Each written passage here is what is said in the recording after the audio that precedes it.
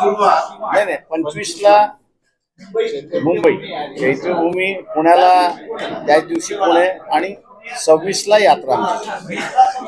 यात्रा 26 हा 26 7 किंवा 8 एखादा दिवस आम्ही थोडस मार्जिन मध्ये ठेवलाय.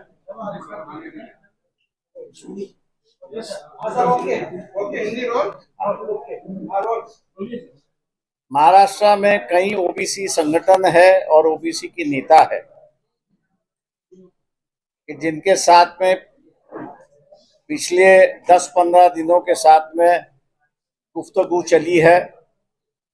इस गुफ्तगू में जिन्होंने हिस्सा लिया वो है प्रोफेसर सोमनाथ सोलंकी, रमेश बारस्कर, अविनाश और इम्तियाज नदाफ. इन लोगों ने जो है वो ओबीसी संगठन और नेताओं के साथ में बातचीत की और उस बातचीत में यह नतीजा निकला कि वंचित बहुजन आघाड़ी ने एक्टिव रोल उसमें लेना चाहिए, क्योंकि दिन पे दिन परिस्थिति बिगड़ती जा रही है और कई जगह एक दूसरे का ओबीसी और मराठा एक दूसरे का मुंह भी देखने के लिए तैयार नहीं, ऐसी परिस्थिति है. ये फिसलकर दंगों की ओर भी बढ़ सकती है और अगर शांति रखना है तो वंचित बहुजन आघाड़ी ने इसमें भूमिका लेनी चाहिए. स्टेट कमेटी की मीटिंग हुई और स्टेट कमेटी के मीटिंग में ओबीसी और नेताओं का जो मांग थी उसको लेके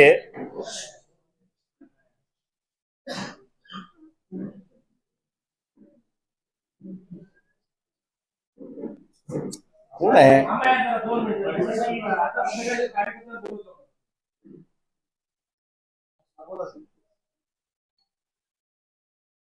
निर्णय लिया गया कि हम लोग ओबीसी आरक्षण बचाव की यात्रा जो है वो शुरुआत करें. 25 तारीख को बंबई के चैत्यभूमि से शुरुआत करेंगे. उसी दिन जो है महात्मा फुले का जो पुराना मकान है, वाड़ा उसको कहते हैं, फुलेवाड़ा, वहां पे जाएगी, नमन करेंगी और मुक्काम के लिए कोल्हापुर में जाएंगे. दूसरे दिन 26 तारीख को, ये 26 तारीख सबसे अहम दिन है ऐसा हम लोग मानते हैं कि शाहू महाराज ने 26 जुलाई को ही आरक्षण की पहली घोषणा की थी. उनका जो बड़ा स्टैच्यू है वहां पर नमन करेंगे और यात्रा वहां से शुरुआत होगी. ये यात्रा कोल्हापुर, सांगली, सोलापुर, उस्मानाबाद, लातूर, बीड, नांदेड़, परभणी, यवतमाळ, अमरावती, अकोला, बुल्ढाणा और जालना होते हुए 7 या 8 तारीख को वो औरंगाबाद पहुंचेगी और वहां उसकी आखिरी दिन होगा, ऐसा हम लोग वहां पर मानते हैं. इस यात्रा का जो मकसद है, जो हालात बिगड़ते जा रहे हैं उसको रोकना और साथ ही साथ ये जो अमीर मराठों की जो पार्टियां हैं, चाहे वो कांग्रेस हो, चाहे वो एनसीपी हो, चाहे वो बीजेपी हो, या वो उद्धव ठाकरे की शिवसेना हो, ये सत्ता में रह चुके हैं, कई साल सत्ता में रह चुके हैं, लेकिन कई साल सत्ता में रहने के बाद भी ये जो गरीब मराठा है उसकी तरफ उन्होंने ध्यान नहीं दिया और उनकी परिस्थिति हर साल बदतर हो गई, ऐसी एक परिस्थिति है. आज जरांगे पाटिल उनका आंदोलन कर रहे हैं, ऐसी एक परिस्थिति है. वो अपने भूमिका पर अड़े हुए हैं और ओबीसी के नेता जो है वो अपने भूमिका पे अड़े हुए हैं. जो बीच में ऑल पार्टी मीटिंग हुई, उस ऑल पार्टी मीटिंग में वंचित बहुजन अघाड़ी के माध्यम से मुख्यमंत्री से हम लोग ने विनती की कि आप जो है जितने भी राजनीतिक दल है, उन राजनीतिक दल को सरकार की ओर से और पर्सनल एक लेटर लिख लीजिए और उसमें उनको विनती कर लीजिए कि ये जो जरांगे पाटिल की जो मांग है कि मराठों को ओबीसी के कोटा में से आरक्षण मिलना चाहिए, और दूसरा ये जो सगे सोयरे इनको भी मिलना चाहिए, ये इनकी मांग जो है, इन पर इनकी क्या राय है और इनकी क्या सुझाव है।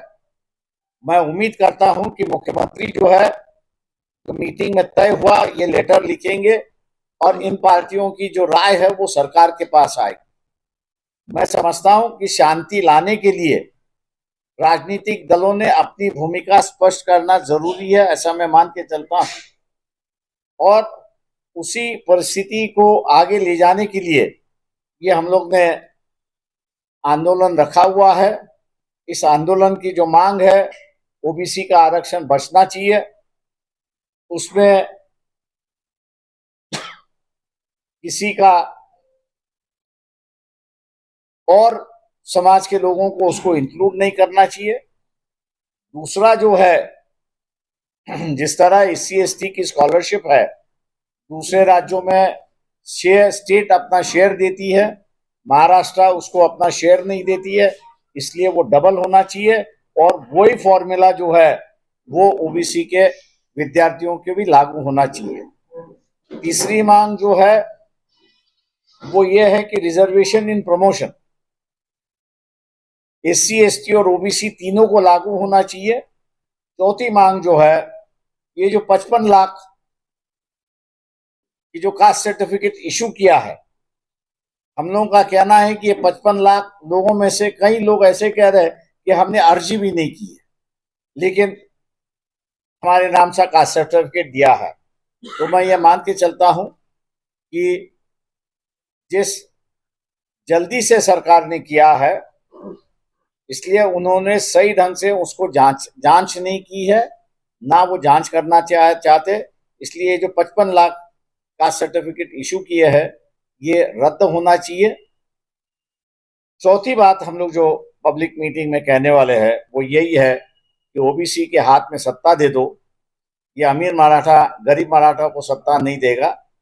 सत्ता में आने के बाद ये जो गरीब मराठा है उसका आंदोलन, उसका आरक्षण की जो थाली है वो अलग से बनाई जाएगी, लेकिन स्थायी भाव से होगी, इसका आश्वासन हम लोग जो है वो गरीब मराठाओं को देने जा रहे हैं। गठबंधन को लेकर चर्चा है सर, के साथ गठबंधन को लेकर चर्चा है। देखिए, हम लोग ने पहले भी कहा था कि एमआईएम जो है वो अवसरवादी पार्टी है, उनका मतलब निकल गया। तो उन्होंने जिन ओबीसीओं ने पिछले लोकसभा में जिताने का काम किया और जब ओबीसी का बात आई सत्ता में जाने की तो हाथ खींच के अलग से हो गए। ओबीसी का कहना है कि ऐसे लोगों के साथ में हम लोग ने जाना नहीं चाहिए।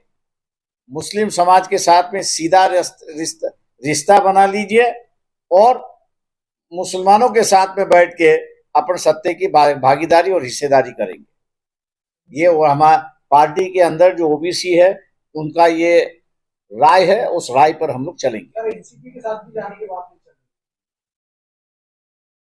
रही। जहां तक अजीत पवार का गठ है वो अभी भी बीजेपी के साथ में है।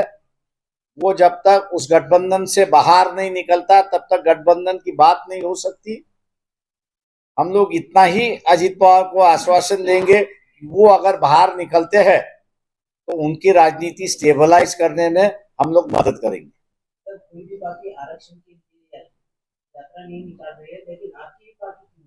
शांति के लिए, शांति होना चाहिए, इसलिए क्योंकि दोनों तरफ से मैं ही एक ऐसा व्यक्ति हूं कि जो एक्सेप्टेबल हूं। दोनों को लगता है कि मैं राजनीति हमेशा नहीं करता हूं, ना दोनों को इस्तेमाल करने की बात मैं कभी करता हूं। इसलिए दोनों का विश्वास है और इसलिए इस विश्वास को रखते हुए हम लोग ने ये यात्रा निकाली है ताकि लोगों के सामने सही बात जाए और सही वक्त पर जाए, ताकि दंगे की जो परिस्थिति है उसको हम लोग कंट्रोल में ला सकें।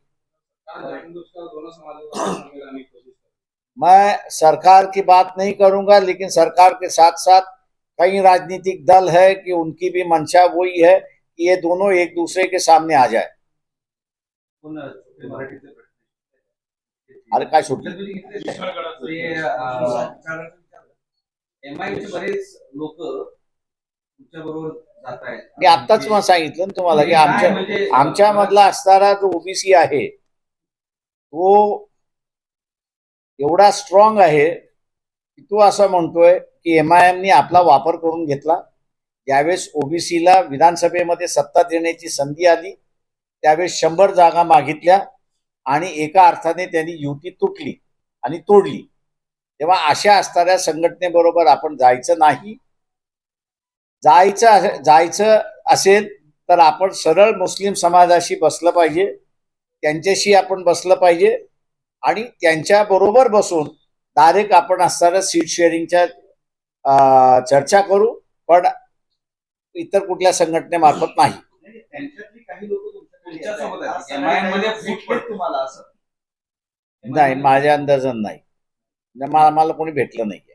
मग ते जी बसायचं एमआयएम सोबत पण गृहीत करायचं कुठलं मी आता म्हणाले ना मुस्लिम समाजाबरोबर बसलं पाहिजे. ते आम्ही मुस्लिम मास बरोबर बसणार आहोत. एमआयएम सोबत हे म्हणतो म्हटलं की आमच्यातला असणारा ओबीसी जो आहे तो ठाम नाही म्हणतोय.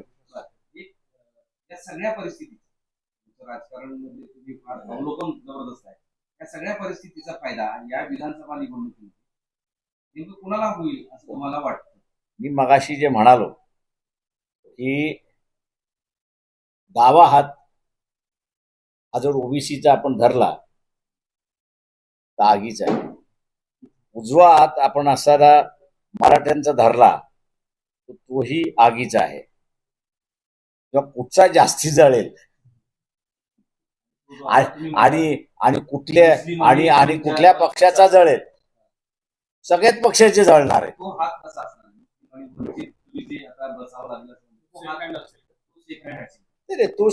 तो आम्ही मुस्लिम समाजाबरोबर कधी करायला तयार आहोत.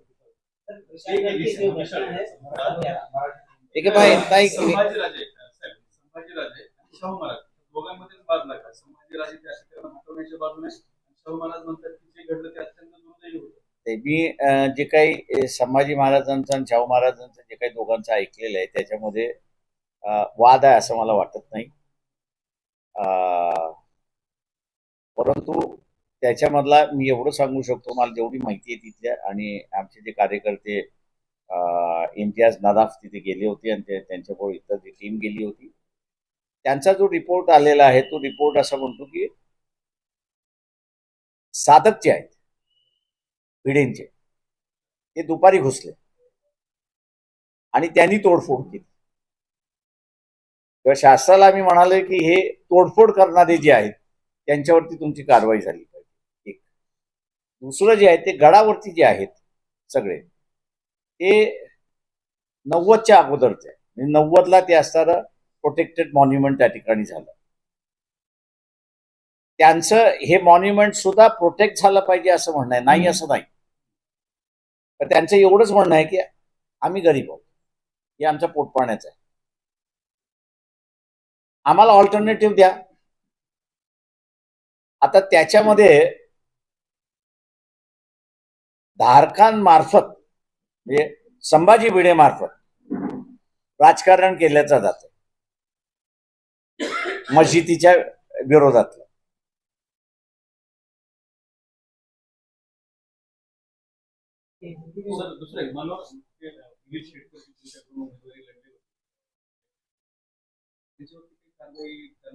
एक लक्षात घ्या, तुम्ही पेपरवाले ट्रायल करताय.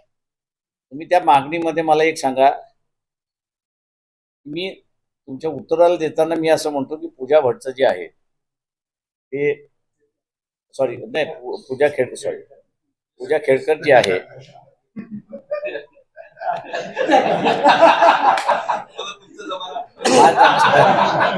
तुमचा जमाना तर त्या डॉक्टरनी इश्यू जे केलेलं सर्टिफिकेट आहे त्याच्यावरती कारवाई का मागत नाही? एक भाग. दुसरा भाग त्याच्यामध्ये म्हणजे खेडकर रिटायर्ड आहेत, बरोबर आहे. आता त्यांनी काही घोटाळा केला असेल असं धरून चालू आपण त्यांच्या कारकिर्दीमध्ये, तर त्यांच्यावरती कुठली इन्क्वायरी नाहीये, काही नाहीये. तिसरं जे आहे त्याच्यामध्ये की तिच्या आईने पोलिसांची वागणूक गैर केली असं असताना सांगितलं जाते सगळं आहे. पोलिसांनी कारवाई करावी. काल तिच्या वडिलांनी सुद्धा प्रेस घेतली आणि त्यांनी सांगितलं की आम्ही जर काही चुका केल्या असतील तर आमच्या विरोधात कारवाई करा ना. प्रेस ट्रायल काय, प्रेस मार्फत ट्रायल काय. आणि आमची सुद्धा म्हणणं आहे चूक असेल तर तुम्ही त्यांना दोषी धरा. त्या ह्याच्यामध्ये आता तिने वेगळं कॅबिन मागितलं आणि रिपोर्ट कधी मागितला, कधी तर 4-5 महिने. रिपोर्ट कधी जातोय? मग तुम्ही असं त्या कलेक्टरला विचारा ना, तो आज का रिपोर्ट पाठवला, 4 महिने अगोदर का नाही पाठवला?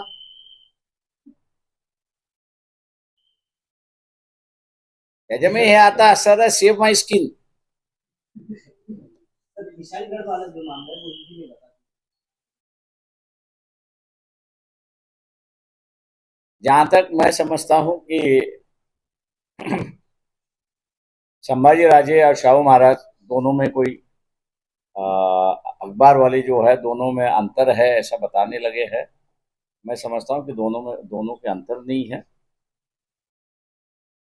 दोनों के स्टेटमेंट्स मैंने पढ़ भी लिया और उसका अध्ययन भी किया है. विशालगढ़ को दोनों भी बचाना चाहते हैं और दोनों का तरीका जो है वो अलग अलग तरीका है. एक बातचीत का तरीका है, दूसरा हाईलाइट करने का तरीका है. लेकिन मैं समझता हूं कि दोपहर के 1 बजे तक वहां पे शांति थी. दोपहर के 1 बजे के बाद जो हम लोग को रिपोर्ट आई है हमारे कार्यकर्ताओं के माध्यम से, ये जो संभाजी भिड़े है उनकी जो आर्मी है जिसको धारक करके कहते हैं, ये गढ़ पर चले गए और मारपीट करना उन्होंने शुरुआत किया, तोड़फोड़ करना शुरुआत किया. सरकार से हम कहते हैं कि मारपीट और तोड़फोड़ करना आम आदमी का अधिकार नहीं है, ना उसके पास कोई रूल है. इसकी जांच होनी चाहिए. वहां जो रहने वाले हैं ये 1990 से पहले है, वो भी गढ़ को संभाल रहे, ऐसा मैं वहां पर कहूंगा. छोटे मोटे कारोबार है कि जिस पर उनकी जिंदगी चलती है. जो हम लोग को रिपोर्ट मिली है उससे ये उनका भी ये मंशा है कि भैया गढ़ बचना चाहिए, लेकिन उनकी एक मांग है कि हमको हटाने के पहले हमको दूसरी जगह दो ताकि हम लोग अपना गुजारा कर सकें. तो मैं समझता हूँ कि ये इशू इतना बड़ा इशू नहीं है कि जिसको बढ़ाया जा रहा है. ये धार्मिकता लाने के लिए मैं समझता हूँ कि संभाजी भिड़े के धारक जो है इसको इस्तेमाल किया गया है. मुख्यमंत्री से ये कहूँगा कि उनको अगर मदद चाहिए उसमें सेटलमेंट करने के लिए तो वंचित बहुजन अघाड़ी सेटल उनको मदद करने के लिए तैयार है. और गढ़ भी बचेगा और वहाँ के लोगों का रोजी रोटी जो है वो भी बच जाए. इस तरह से बताया जा रहा था कि वो ये विetnam था या फिर ये सच में अतिक्रमण? देखिए ऐसा है कि वो अतिक्रमण पुराना अतिक्रमण है, अभी का अतिक्रमण नहीं है. ये 1990 में जो है इसको नेशनल मॉन्यूमेंट करके अनाउंस किया था. लेकिन ये जो लोग हैं वो 80 के 1990 के पहले के हैं. लेकिन अब जो है वो सियासती राजनीति गरमाने की कुछ बात हो रही है. मैं उस पर कोई टिप्पणी नहीं करना चाहता हूँ, लेकिन मुस्लिम समाज से इतना ही कहूँगा कि वो शांति रखे और जितने आंदोलन की बात कर रहे हैं उनसे पहले कहिए कि वहाँ जाके वो अपनी आंखों से देखे, उनसे बात करे, उनसे परमिशन लेके हम लोग आंदोलन करें क्या, और फिर आंदोलन करें। Thank you.